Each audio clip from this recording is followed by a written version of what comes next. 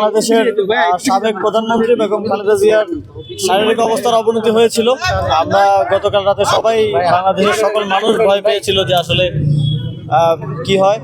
তবে আমি এসেছিলাম খোঁজ খবর নিতে। ওনার মেডিকেল বোর্ডের প্রধান সহ আরও পরিবারের সদস্য যারা আছেন সবার সাথে দেখা হয়েছে, কথা হয়েছে।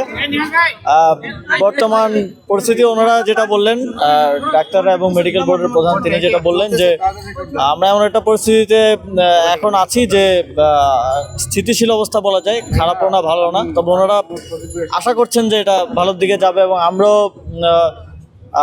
অন্তর্বর্তীকালীন সরকারের পক্ষ থেকে সারা দেশবাসীর প্রতি আহ্বান থাকবে বেগম খালেদা জিয়ার জন্য দোয়া করার জন্য, যেন এই স্থিতিশীল অবস্থা থেকে ধীরে ধীরে উন্নতির দিকে যায়। তবে এখন দেশের বাইরে পাঠানোর মতো পরিস্থিতি নেই, ট্রাভেল করার মতো পরিস্থিতি নেই। তবে ওনারা আশা করছেন যে যদি শারীরিক অবস্থার উন্নতি ঘটে তাহলে ট্রাভেল দেশের বাইরে নিয়ে যাওয়া হবে।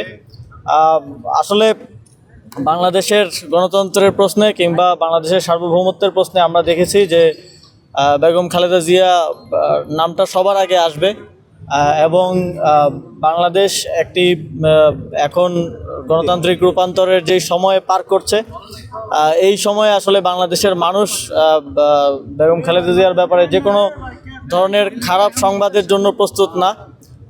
এবং আমরা প্রত্যাশা করি যে তিনি দ্রুতই সুস্থ হবেন এবং বাংলাদেশের এই গণতান্ত্রিক উত্তরণের যে প্রক্রিয়া সেটাও তিনি দেখে যাবেন এবং বাংলাদেশের মানুষের শহীদদের এবং আহতদের আত্মত্যাগের বিনিময়ে তিনি শেখ হাসিনার যে ফ্যাসিবাদী শাসনামল সেটার সমাপ্তি দেখেছেন, শেখ হাসিনাকে পালিয়ে যেতে দেখেছেন।